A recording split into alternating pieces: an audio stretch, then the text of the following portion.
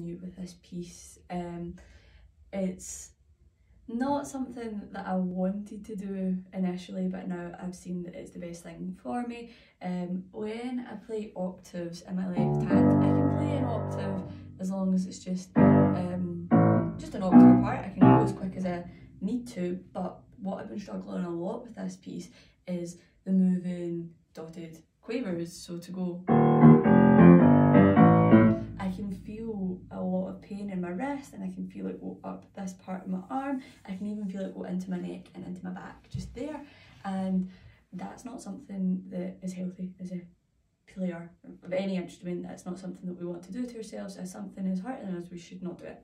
So it took me quite a few weeks to realise that. I just kept trying to practice the piece and practice it and work on speeding it up and thinking, oh, the more I get to know the notes, the easier this will be. And I realised it's just about my handspan. I need to spend a long time working on loosening off the tension in my wrist and my arm, and hopefully I'll be able to come back to this piece one day. But just based on all the work that I've done on it over the last few months, I do not see it being something that I could play at the end of my 3rd year. So for that reason, I'm just going to play it at a speed that I'm comfortable with. I'm not going to play this full piece. I'm going to play the first 3 pages, and I'm going to stop there just to show what I have worked on, but I'm not going to continue with it for those reasons.